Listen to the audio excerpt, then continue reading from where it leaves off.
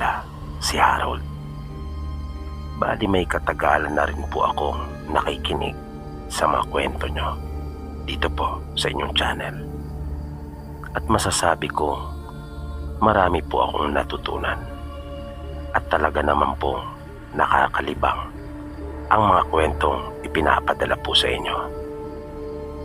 Matagal ko na sanang gustong ipadala yung kwentong nalalaman ko. Bali karanasan po ito ng pamilya ko. Na mangyari ito ay bata pa po ako.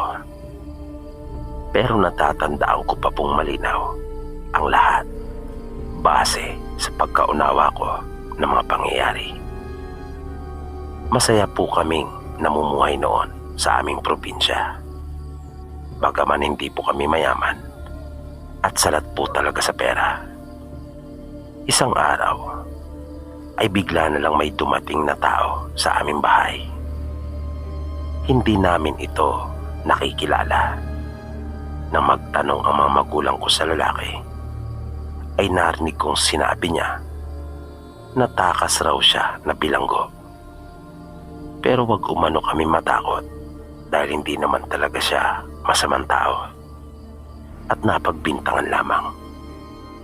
Kaya nga raw pinilit niyang makatakas dahil mahigit 1 taon na raw siyang nagdurusa sa loob ng kulungan sa isang kasalanang hindi naman umano niya ginawa. Hindi kaagad nakapagsalita ang mga magulang ko noon. Natatandaan ko pa ngang nagkatinginan ang nanay at tatay ko na para bang tinatanong nila ang isa't isa kung kanila bang patutuloyin ang lalaki at paniniwalaan o itataboy nila ito. Pero narinig kong bigla na lang nagsalita ang tatay ko at kanyang pinatuloy ang lalaki at sinabing doon na raw nila ipagpatuloy yung kanilang pagkukwentuhan sa loob. Nang pumasok na sila ng bahay ay sumunod na rin kami ng kuya ko.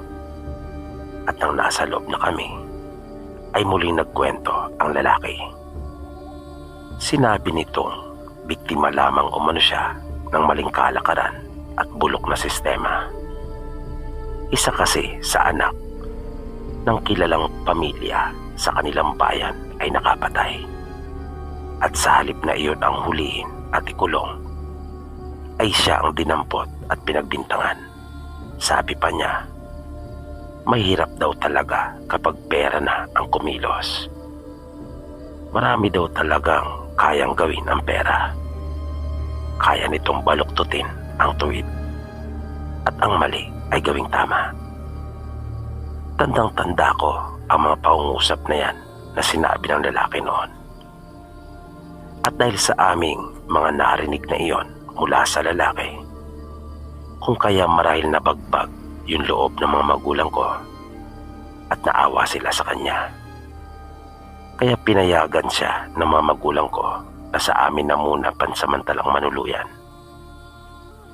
Malaking lalaki ito na nung huli ay nalaman naming Ernesto ang tunay niyang pangalan.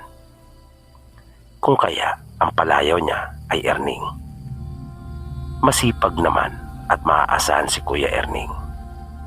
32 siya noong mga panahon na iyon. Habang ang kuya ko at ako ay pawang mga bata pa. Ang kuya ko noon, kung hindi ako nagkakamali, ay nasa edad 15. Habang ako naman ay magsasampung taong gulang pa lamang. Naging katukatulong si Kuya Erning ng mga magulang namin. Madalas itong sumama kay tatay, lalo na sa mga gawain nito sa bukid. Kaya napansin ko yung mga peklat niya sa halos buong katawan. May mga peklat siya na parang mga hiwa. Iba-iba ang haba ng mga iyon at laki. Kaya naisip kong marahil ay malikot ito nung kabataan niya. At nung nagbinata naman ay malamang na palaaway. Kung kaya nagtamo ng maraming sugat at kalaunan nga ay naging peklat. Iyan ang naging pagpapakahulugan ko noon sa mga nakita kong peklat sa kanyang katawan. Nang halos magkakalahating taon na si Kuya Erning sa amin, ay doon na nagsimulang makaramdam kami ng kakaiba. Isang madaling araw iyon na habang natutulog kami, ay bigla na lang nagising ang kuya ko. At kanya din akong ginising. Ang sabi niya sa akin ay may naramdaman siyang humaplos sa kanyang kanang braso na parang mabalahibo na may mahaba at matulis na kuko. Magsusumbong sana kami kay Kuya Erning noong mga oras na iyon, ngunit wala siya sa kanyang higaan. Magkakasama kasi kaming tatlo sa iisang silid, kaya nakiramdam na lang kami ni Kuya kung nariyan pa ba yung sinasabi niyang naramdaman niya na humaplos sa kanya. Medyo natakot din ako noong mga sandaling iyon, kahit hindi pa ako mismo ang nakaranas ng kanyang sinasabi. Nawala lamang yung pangamba ko nang makita ko si nanay at tatay na bumangon na rin at maghahanda na ng may aalmusal.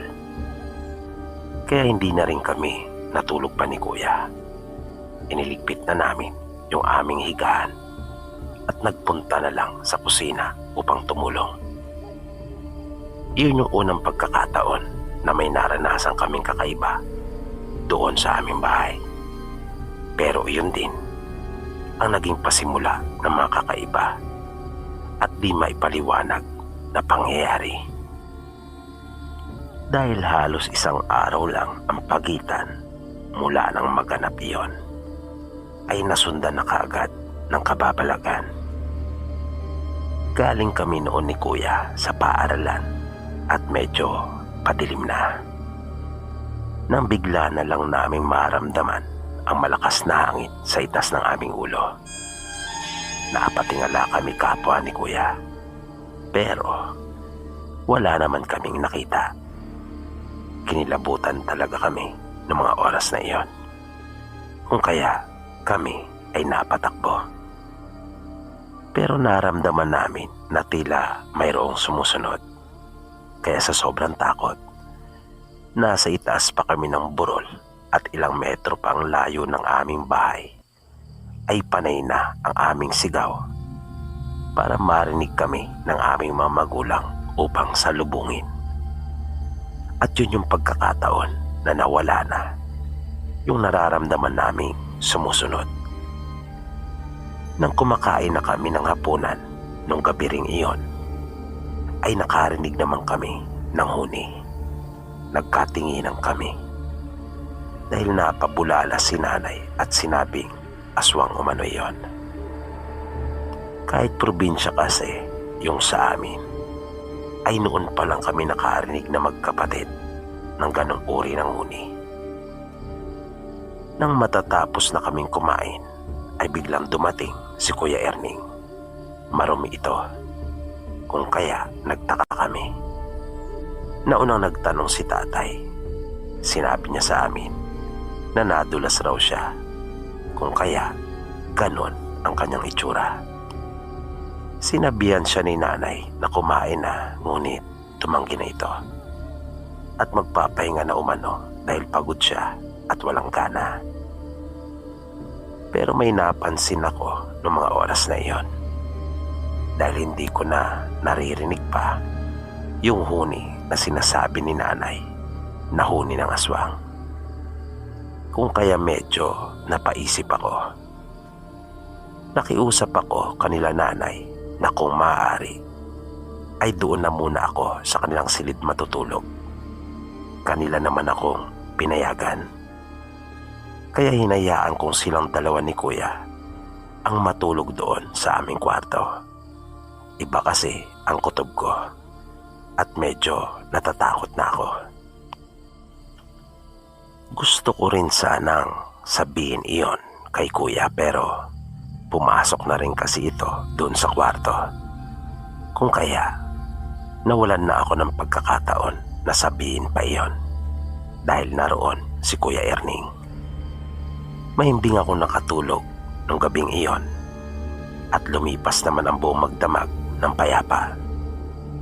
Pero nang sumunod na araw ay doon na nangyari ang pinaka nakakatakot na naranasan ko sa buong buhay ko. Kami lang noon ang naiwan sa bahay at wala kaming pasok sa paaralan.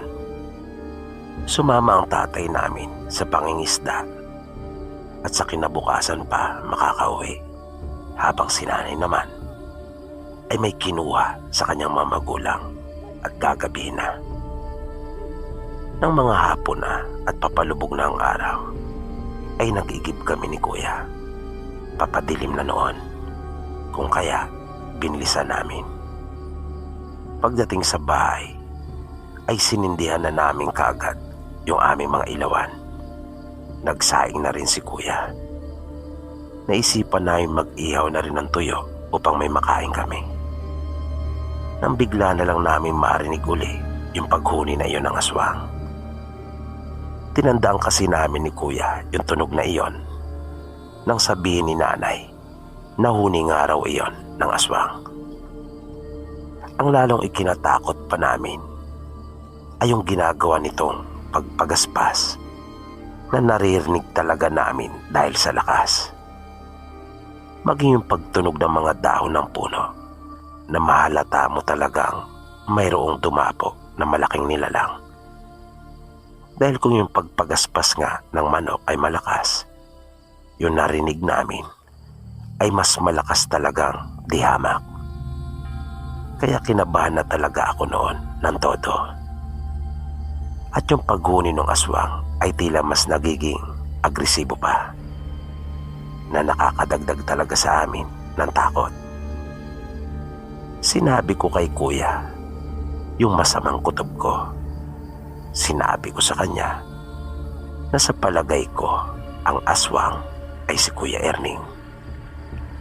Parang ayaw din maniwala ni kuya, pero mabilis kong sinabi ang mga dahilan ko kung bakit ko nasabi iyon, habang isinisiguro namin nakasarang mabuti yung dalawang bintana namin at pinto. Sumigaw ako at sinabi kong wag niyang gawin sa amin iyon, na binanggit ko talaga yung pangalan ni Kuya Erning. Narinig namin ni kuya na tila mas nagalit pa yung aswang, pero ilang saglit lang ay nawala na rin ito. Kaya medyo nakahinga kami ng maluwag ng kuya ko. Pero makaraan ang ilang oras nang tapos na kaming kumain at kasalukuyang nakikinig ng mga paborito naming programa sa radyo, ay biglang humuni na uli ang aswang. At saktong-sakto pa na mag-uumpisa na yung programa sa DCRH na Gabi ng Lagim. Kung kaya sa takot na aming magkapatid ay amin na lang pinatay iyon. At nagpatuloy na nga yung paghuni ng aswang. At muli rin naming narinig yung pagpagaspas nito.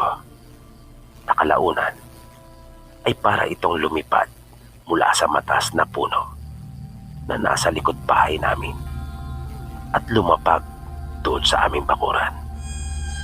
Rinig na rinig namin iyon.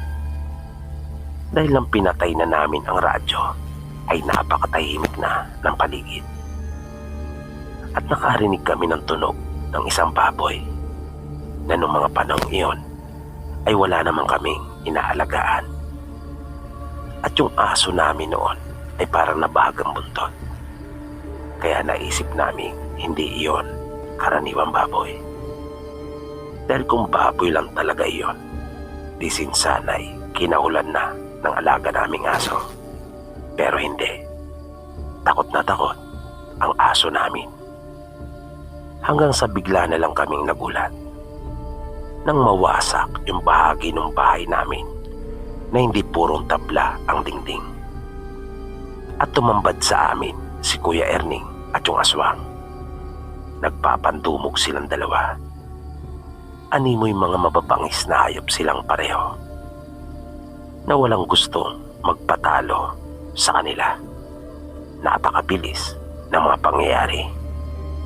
Hanggang sa makubabawan ni Kuya Erning yung lalaki at walang patid na pinagsusuntok. Na nung huli ay bigla pa nitong hinugot yung kutsilyo na nasa kanyang likuran at uundayan sana yung aswang. Pero nagawa yung masangga ng lalaki, kung kaya sa kamay nito yung tumama. Nakita naming mabilis na dumalo yung dugo sa braso ng lalaki. At nang makabuelo ito, ay nagawa niyang maisalya si Kuya Erning sa gawin niyang tagiliran at mabilis na tumakas.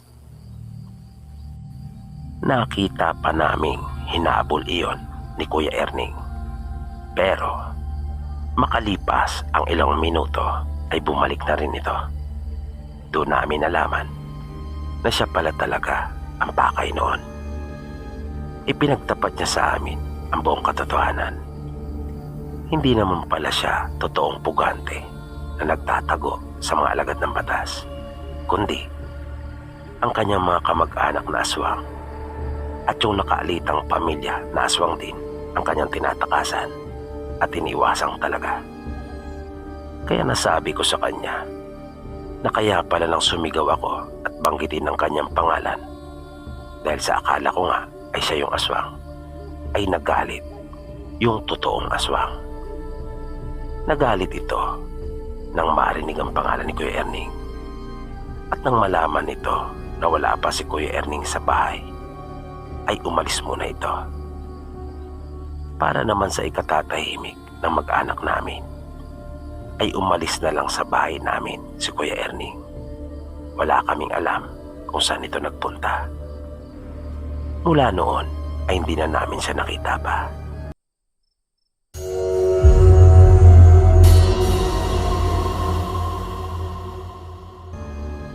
Ipinadala at ibinahagi ng isa nating tagapakinig.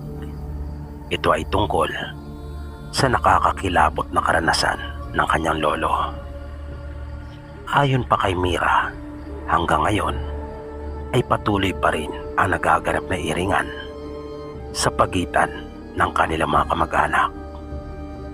Nag-ugat umano ang lahat dahil sa usapin sa lupa. Ang tiyuhin kasi ng kanyang lolo Berting ay may masamang ugali. Bali kapatid ito ng ama ni Lolo Berting at may pagkagahaman nito. Matapos mamatay ang kanilang mga magulang, ay pinarte nilang dalawa ang lupa pagkat sila lang naman ang tanging tagapagmana. Pero nais pang kunin pati ang bahagi ng lupa na minana ng tatay ni Lolo Berting. At dito na nga nag-umpisa ang hindi magandang relasyon sa pagitan ng kanilang pamilya. Umabot pa hanggang sa korte ang kanilang usapin at naipanalo naman ng pamilya nila Lolo Berting ang kaso. Pero dahil doon ay mas lalo pang naging desidido ang tiyuhin niyang si Kadyo na mapa sa kanya ang lupa nila Lolo Berting. Nung mga panahong iyon ay 18 anyos na si Lolo Berting at saksi siya sa kasamaan ng kanyang tiyuhin. Minsan ay sumugod sa bahay nila ang kanyang tiyuhin kasama ang mga anak na lalaki nito. Hindi sila lumabas ng bahay pero armado din sila ng mga itak. Dalawa lang sila Lolo Berting na lalaki sa kanilang pamilya at argabyado talaga pagdating sa bilang. Kaya minarapat nilang wag na lang lumabas. Pero lalaban sila kung kinakailangan. Iniisip din nila noong mga pagkakataon na iyon na kahit paano ay kadugo pa rin nila ang mga ito. Ngunit kung papasukin na sila ng mga ito sa kanilang pamamahay, ay mapipilitan na silang lumaban at ipagtanggol ang kanilang mga sarili. 3 ang kapatid ni Lolo Berting at puro sila mga babae. Rinig na rinig ni Lolo Berting yung mga pagmumura at masasakit na salitang binibitiwan ng mga kaanak nila. Kung siya nga lang ang masusunod, ay lalabasin na sana niya ang mga ito upang matapos na. Pero ayaw pumayag ng kanyang ama't ina, pati na ng kanyang mga kapatid na babae. Ang masaklap, gumamit ng ibang paraan ang mga ito, na makalipas lamang ang halos 2 buwan ay biglaan na lang nagkasakit ang kanilang ama na si Mang Erning. Napapasigaw pa ito sa sobrang sakit tuwing sasapit ang 6:00 ng gabi at gayon din tuwing maghahating gabi. Nang kanila itong ipatingin sa manggagamot, ay nalaman nilang kinukulam na pala ang kanilang ama. Matinding sakit ang nararamdaman nito sa kanyang sikmura, na kalaunan ay nalaman nilang nilagyan na pala ito ng kung ano-anong bagay na nakuha naman ng manggagamot. Inaabot din ng ilang buwan bago tuluyang gumaling ang tatay nila na si Mang Erning. Pero hindi pa rin tumigil ang kanyang kapatid. Matindi ang galit nito sa kanya dahil hindi na raw nirespeto ang pagiging mas panganay niya at sinusuway siya, na pinangangatwira na naman ni Mang Erning. Nasusunod naman umano siya kung tama ang gustong mangyari ng kuya niya at ipinapagawa. Pero kapag mali, ay hindi umano siya susunod dito. Minsan, nang magpunta ang mga magulang ni Lolo Berting sa kanilang lolo at lola na nasa ibang bayan, ay naiwan sila ng kanyang 3 kapatid na babae. Gabi na noong mga oras na iyon at pare-pareho na silang mga nakahiga, nang bigla na lang kumahol ang kanilang alagang aso. Nagtaka sila kung sino ang dumating, dahil nagsabi ang kanilang mga magulang na hindi uuwi nung gabing iyon at doon na sila matutulog dahil sa malayo. Nang sumilip si Lolo Berting sa bintana, ay panandalian pa muna niyang sinanay ang kanyang mga mata sa dilim. Bagaman kasi may liwanag na nagmumula sa buwan, ay medyo may kadiliman pa rin. Wala naman siyang nakita na may dumating, kaya naisip niyang marahil ay may hayop lang na kinahulan ang kanilang alaga. Pero nang babalik na siya sa kanyang higaan, ay mas naging agresibo pa yung kanilang aso. Kung kaya napasilip siyang muli at nagimbal siya sa kanyang nasaksihan.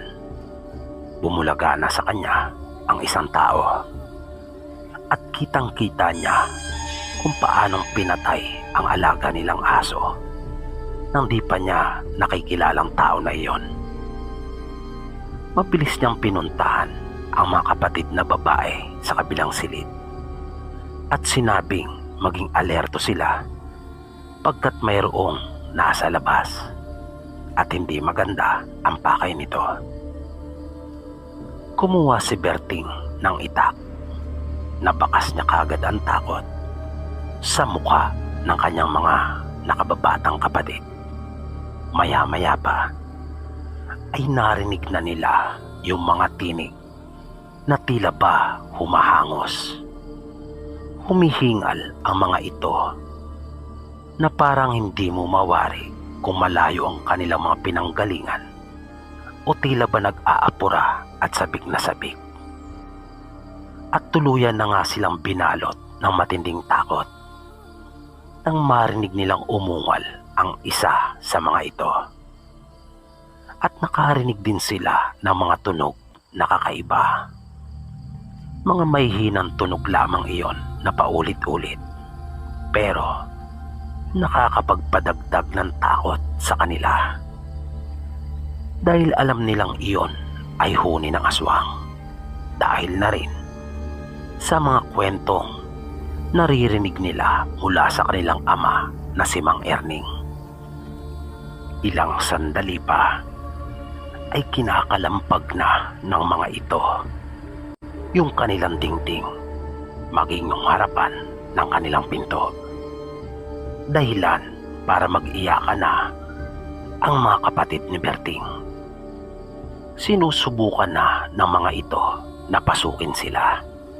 Buti na lang na bagaman gawa lamang sa kahoy ang kabuuan ng kanilang bahay, ay yari naman ito sa makakapal na tabla.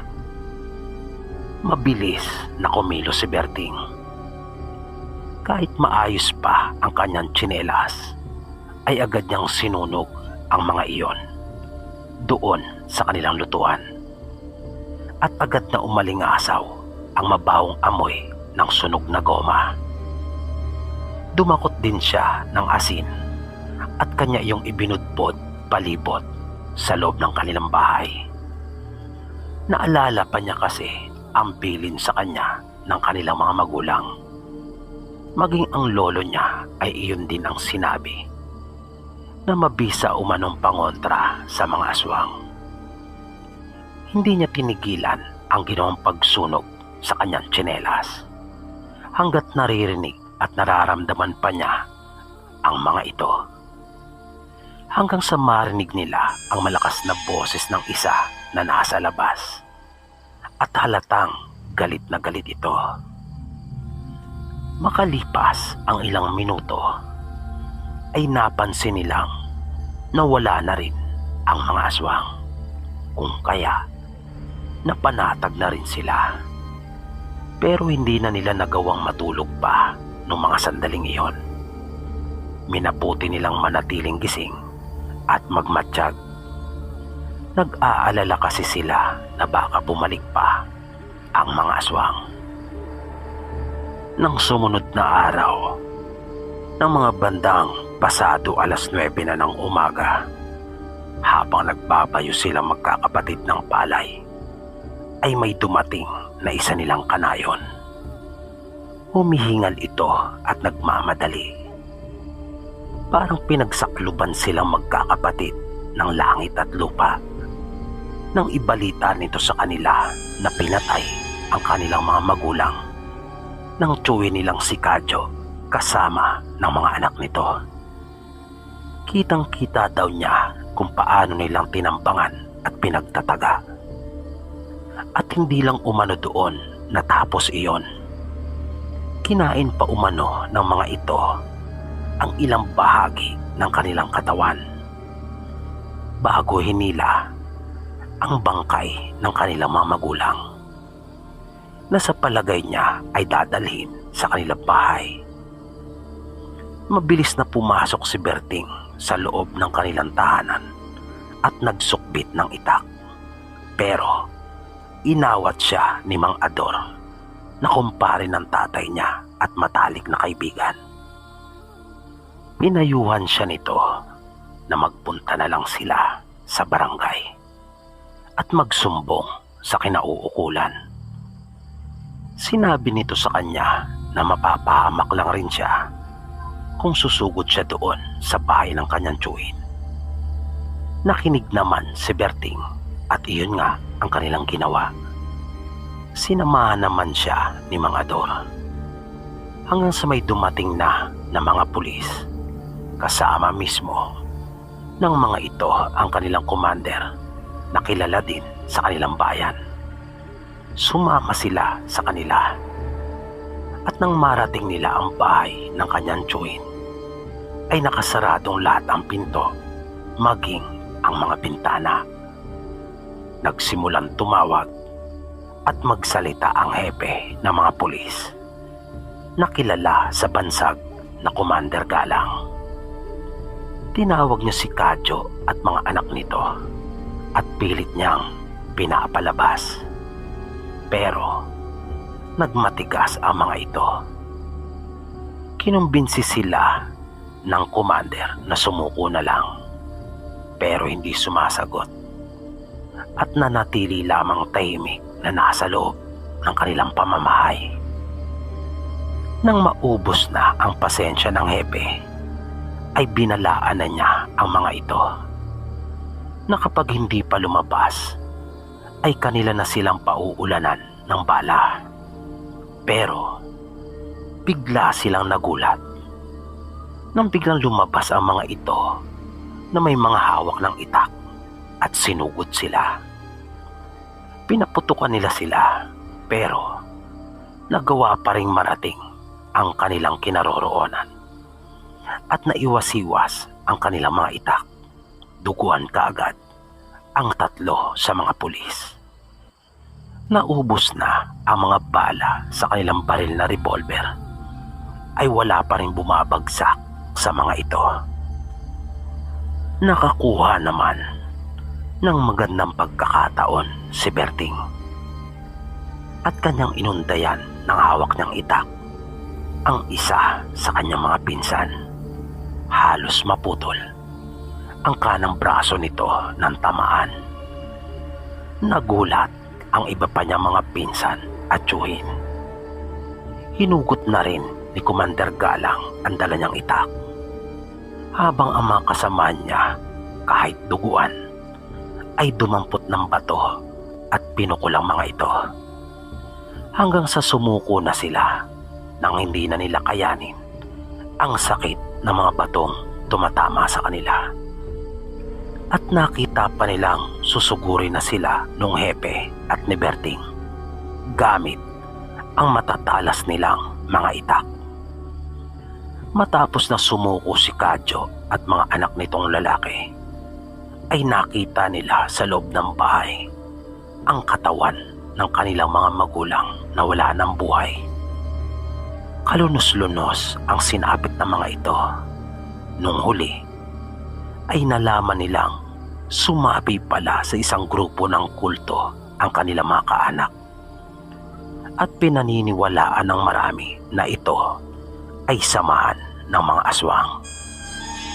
Nakita nila ang bangis ng kanilang kaanak, maging yung abilidad na taglay ng mga ito. Mayroon silang pananggalang, lalo na sa mga armas na gawa ng tao. Kung kaya nga nagkalat yung mga yuping bala sa bakuran nila Kadyo.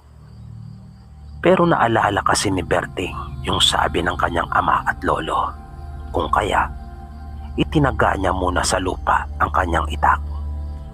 Kaya tinablan ang pinsan niya. At ganun din sa mga batong ginamit ng mga pulis, dahil sa iyon ay kalikasan, kaya hindi sila kayang protektahan ng kanilang anting laban doon. Pinagbayaran ng mag-aama sa kulungan ang kanilang ginawa sa mga magulang ni Lolo Berting. Napabantog ang pangyayaring ito sa kanilang probinsya, at kinatakutan naman ang mga miyembro ng nasabing kulto ng mga aswang.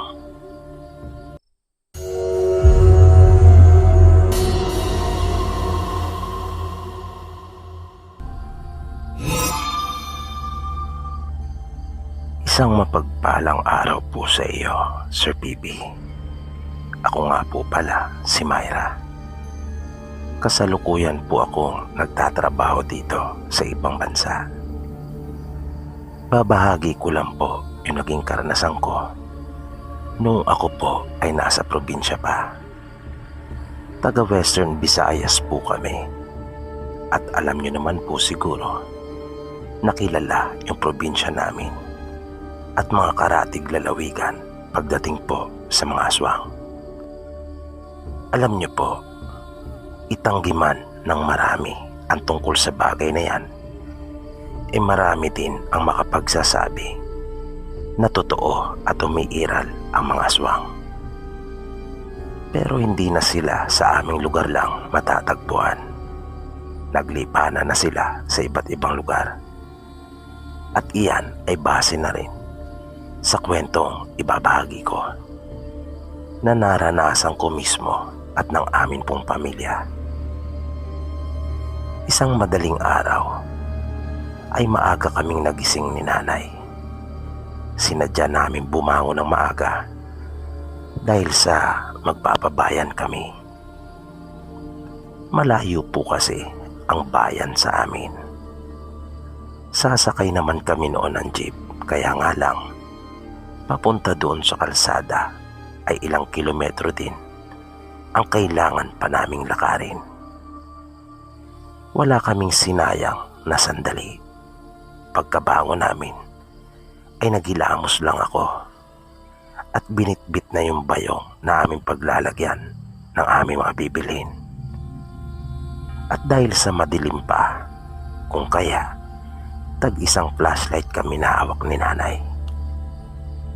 Nang nangangalahati na kami sa aming ginagawang paglalakad, ay bigla na lang mayroong lumipad sa ibabaw ng ulo namin. Dahil sa nagulat kami ni nanay, kung kaya halos magkasabay naming inilawan iyon ng flashlight. Nakita naming gumagalaw pa yung sanga ng malaking puno. Malakas yung pagaspas na aming narinig, kaya medyo kinilabutan na kagad ako. Dahil naisip kong malaking nilalang iyon. Pero hindi na namin nakita pa yon, kahit na inilawan namin yung aming paligid, maging sa itaas. Ang buong akala namin ni nanay ay hanggang doon lang yung pangyayaring iyon. Pero habang patuloy kaming naglalakad, ay may naririnig kaming huni at pagpagaspas. Napamura na kaagad si nanay sa lingwahe namin at nabigkas yung katagang aswang. Kaya tuluyan na akong natakot. Ang nasa isip namin ay umalis na iyon, pero hindi pala. At parang sinusundan pa kami ni nanay. Napakabilis noon na hindi namin kayang masundan ng hawak naming flashlight. At sa iba't ibang direksyon ito nagmumula, na kanyang pinapahapyawan yung ibabaw ng aming mga ulo. Nararamdaman pa namin yung malakas na hangin tumatama sa amin. Pero humanga po ako sa nanay ko noong mga oras na iyon, dahil sa napakalakas ng kanyang loob. Hindi ko nakakitaan siya ng takot. Kanya pang ang hinamon yung aswang na magpakita at wag raw magtago. Hinamon niya ito na harapin kami, bagay na hindi ko nagustuhan yung ideya na iyon. Ayoko makita ito ng harapan. Baka himatayin pa ako. Nakita kong may kinuha si nanay sa kanyang bayong. Isa iyong kutsilyo na mahaba. At mayroon pa iyong magandang lalagyan na ang tawag sa amin ay tagob. Pag-aari iyon ni tatay. Inilabas iyon ni nanay mula sa lalagyan. Napakatulis at napakatalas noon. Nagpatuloy yung ginagawang iyon ng aswang sa amin. Tumigil lamang ito nang sabihin ni nanay na kanya siyang nakikilala. Kaya tigilan na umano kami nito, dahil kung hindi ay susugurin niya ito sa kanilang pamamahay mismo pagsikat ng araw. At pagkatapos ng sabihin ni nanay ang mga pangungusap na iyon, ay nawala na ito. At muli nang tumahimik ang paligid. Pasikat na ang araw nang masapit namin yung kalsada kung saan kami mag-aabang ng jeep na aming sasakyan papunta ng bayan. Mahigit 1 oras din ang itinagal ng aming biyahe. Nang sapitin namin ang bayan, ay ilang oras din kaming nag-ikot-ikot doon. Marami kaming mga bibilin. Halos 3 beses lang kasi kami kung makapunta ng bayan. Kaya binibili na naming lahat ang aming mga pangangailangan. Nang matapos kami sa pamimili ay 11:00 pasado na. At dahil sa aabuti na kami ng tanghalian sa daan, kung kaya napagpasyahan ni nanay na kumain na muna kami bago umuwi. Habang kumakain kami ay may napansin akong isang lalaki na nakatingin sa amin ni nanay. Di ko gusto yung ginagawa niyang pagtitig sa amin. Napakatalim kasi at pailalim na para bang may binabalak itong masama. Na para bang matindi yung galit niya sa amin. Kayong noon ko pa lamang ito nakita. Gusto ko sanang sabihin iyon kay nanay pero hindi ko na siya inabala pa sa kanyang pagkain. Nang tumayo na kami at hanggang sa makalayo, ay nakita ko pa rin nakatingin sa amin yung lalaki. Nang minsan ko pa itong sulyaban. Medyo hindi maganda ang naging kutob ko sa inasal na yun ng lalaki. Pero nang tuluyan na kaming makalayo, ay nakahinga na ako ng maluwag at binaliwala na iyon. Naisip ko kasi na ano naman ang maaari pa niyang gawin na masama sa amin. Gayong hindi na niya kami nakikita. Madali namang sumakay ng jeep pa uwi dahil sa may terminal doon malapit lang sa pamilihan. At ilang minuto lang ay bumiyahe na kaming pabalik. Nang bumaba kami ng jeep ay halos mag-aalauna na. Tirik na tirik ang araw at napakainit. Sinimulan na namin ni nanay yung paglalakad. Nang nangangalahati na kami ay biglang bumilis ang pagkalabog ng dibdib ko. Naalala ko kasi yung nangyari nung papunta pa lang kami kanina sa bayan. Malapit na kasi kami doon sa lugar ng pinangyarihan. Nang bigla akong nagulat at halos mapahiyaw ako nang makita kong naroon sa may gawing itaas yung lalaki na nasa tabi ng isang puno.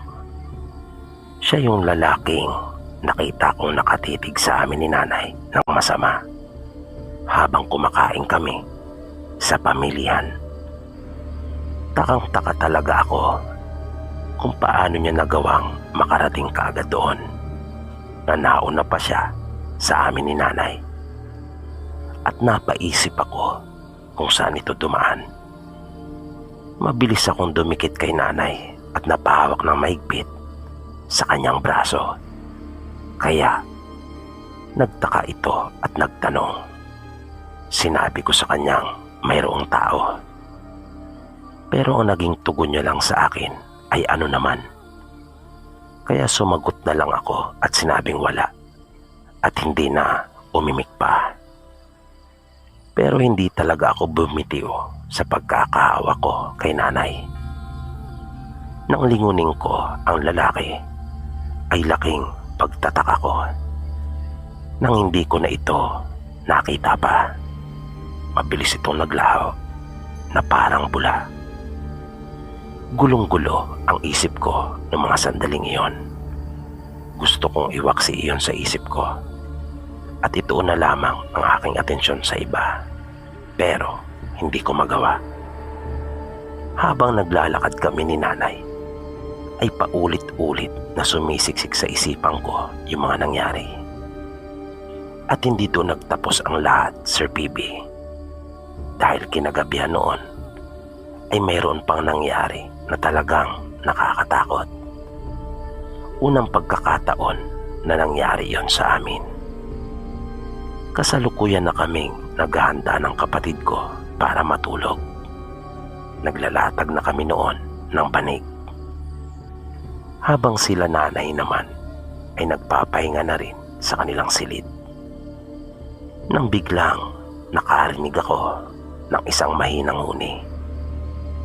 Mahina lang po iyon pero pamilyar sa akin. At agad akong natigilan. Dahil iyon yung huni nung sinasabi ni nanay na aswang na nataong nadaanan namin at tila nabulabog nung nagpabayan kami. Pansamantala kong itinigil ang aking ginagawa at nakiramdam. Pinakinggan kong muli ang mahinang huni na iyon, na nang tingnan ko ang aking kapatid ay patuloy lang siya sa kanyang ginagawa at halatang hindi niya iyon naririnig. Lumapit ako sa may bintana at aking isiniguro na nakasara yung mabuti. Doon pa lang ako tila napansin ng aking kapatid at nagtanong ito sa akin ng bakit. Marahil ay nanibago siya sa mga ikinikilos ko. Pero sa halip na sagutin siya ay nagtanong ako sa kanya kung wala ba siyang naririnig na kakaiba. Huminto itong sandali sa ginagawa at nakinig. Sinabi niya sa akin wala naman. At muli siya nagtanong sa akin ng bakit. Sinabi ko na lang sa kanya na wala, para kasing may kakaiba ka kung humuhuni. Muli siya nagsalita at sinabing marahil ay guni-guni ko lang raw iyon.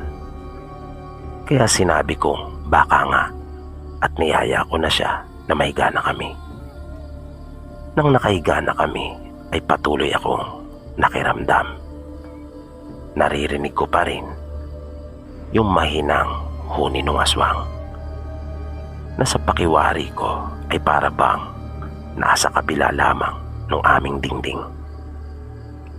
Maya-maya ay bigla na lamang kumahol ng malakas yung aming aso. Pero di nagtagal ay umiyak ito na tila ba nasaktan. Kinabahan na ako. Naramdaman ko na nagsimula na magtayuan yung balahibo ko sa katawan. Nangilabot talaga ako dahil malakas ang kutob ko na mayroon talagang mali. Alam kong mayroon talagang aswang na nasa labas.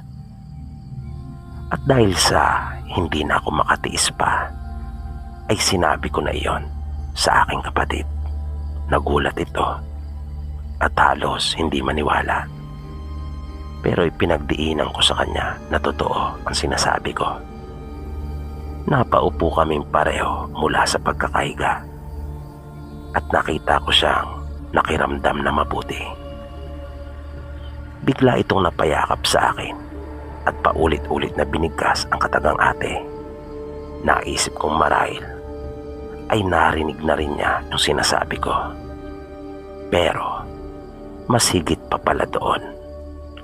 Dahil mula sa huni na nililikha nito kanina, nung mga sandaling iyon, ay para na itong humihingal. Na para bang sabik sa isang bagay na gusto na iyong makuha kagad. Tatayo na sana kami para pumunta sa mga magulang namin nang bigla naming marinig ang malakas na mga pagsigaw nila nanay at tatay. Biglang nagkagulo sa labas ng bahay. Nakarinig kami ng mga pagkaluskos at pagkalabog. Kaya nagmamadali kami ng kapatid kong lumabas. At nakita namin ang aming mga magulang na nasa labas na ng bakod. Nakapwa sila may hawak na itak na tila ba may tinutugis. Nalaman namin nung huli na iyon pala ay dating manliligaw ni nanay. Nasabi pa niya, ang pagkakaalam niya ay matagal na ito nagpa-Maynila. Nang tanungin ko si nanay kung paano siya natunto nito, ay sinabi niyang marahil ay ito rin yung aswang na sumunod sa amin sa daan nung kami ay papunta ng bayan. Kaya ko na itanong kung paano natunton si nanay nung dati niya manliligaw ay dahil sa dayo lamang si nanay sa lugar. Ang taga roon talaga ay si tatay. Kaya naging malinaw na rin sa akin na nung makasabay namin ito sa daan ay hindi naman pala talaga ito nakikilala talaga ni nanay. Nagkunwari lamang pala siya noong mga oras na iyon. Yun na nga, kalaunan ay nalaman niyang totoo palang kilala niya ito nang kanilang makita ni tatay dahil sa dati niya yung manliligaw. At nang ikwento ko kay nanay yung tungkol sa lalaki doon sa bayan noong kumakain kami at kanyang ipalarawan sa akin, ay sinabi niyang yun nga ang sumugod sa amin nung gabing iyon para mangaswang. Nang magtanong pa kami kay nanay kung dati na ba niyang alam na aswang ito, ay sinabi niyang wala rin siyang alam kung paano naging aswang ito. Dahil hindi naman daw ito dating ganon. Maayos naman umano ang pamilya nito. At ni minsan ay wala naman silang nabalitaan na mayroon silang lahi ng mga aswang. Dito po pansamantalang nagtatapos ang ating programa. At sana po'y inyong nagustuhan ang kwentong ating itinampok sa pagkakataong ito. Sana po ay patuloy niyo pang subaybayan ang mga susunod pa nating kwento. Maraming salamat po at hanggang sa muli.